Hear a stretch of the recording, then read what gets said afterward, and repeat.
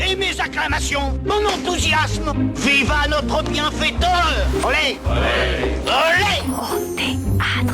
Et tout de suite, nous allons rejoindre Christophe Barbier qui nous fait découvrir une pièce que vous aimez beaucoup, Daniel Guichard.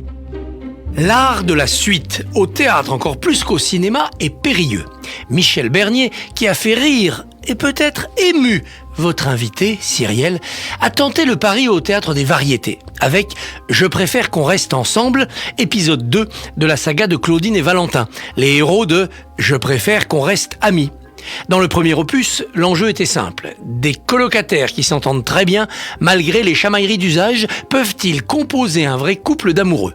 Pour Claudine, Valentin est l'homme du coup de foudre dans une soirée amicale, celui qu'elle va essayer d'attraper par tous les moyens. Pour Valentin, Claudine est son meilleur pote, sa confidente, une intime sans intimité. D'autant qu'ils n'ont plus l'âge de se compter fleurettes. S'ils avaient été faits pour la vie de couple, ça se saurait. Et pourtant. Cette fois-ci, l'enjeu n'est plus le même. Ils sont en couple. Elle est fidèle, il est volage. Elle veut qu'il s'en aille, il veut rester. Où est le bonheur ? Qu'est-ce que l'amour ? Olivier Citruc a remplacé Frédéric Diffenthal, mais Laurent Ruquier est toujours à l'écriture, gage d'efficacité.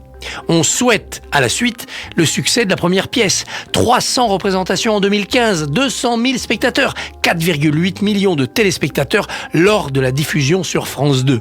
Les prénoms des personnages ne sont pas choisis au hasard. Valentin, c'est bien sûr le symbole de l'amour, célébré le 14 février. Claudine fait référence d'évidence à l'écrivain Colette, à la recherche à la fois de la féminité et de la liberté, dans une vive interrogation sur le désir et des doutes profonds sur les hommes. Ce diptyque théâtral illustre bien la carrière scénique de Michel Bernier, une fois envolé du nid du petit théâtre de Bouvard. Mis à part Nuit d'ivresse, Michel Bernier n'a cessé de jouer celle qui cherche l'amour, compensant un physique hors des canons de l'époque par un caractère bien trempé, un solide sens de l'humour et une grande capacité de résilience. Avec ses complices Isabelle de Botton et Mimi Mati, elle a enseigné à sa génération comment triompher des clichés et comment transformer la recherche du prince charmant en quête de soi-même. Et pour cela, nombre de femmes qui ne s'habillent pas en taille S peuvent lui dire merci. Et nous aussi, on vous dit merci, Christophe Barbier et Daniel Guichard. Oui. Nous parlions en off et vous me disiez il faut absolument que j'aille la voir, parce que j'ai vu la première. J'ai vu quand elle avait fait Je préfère qu'on reste amis.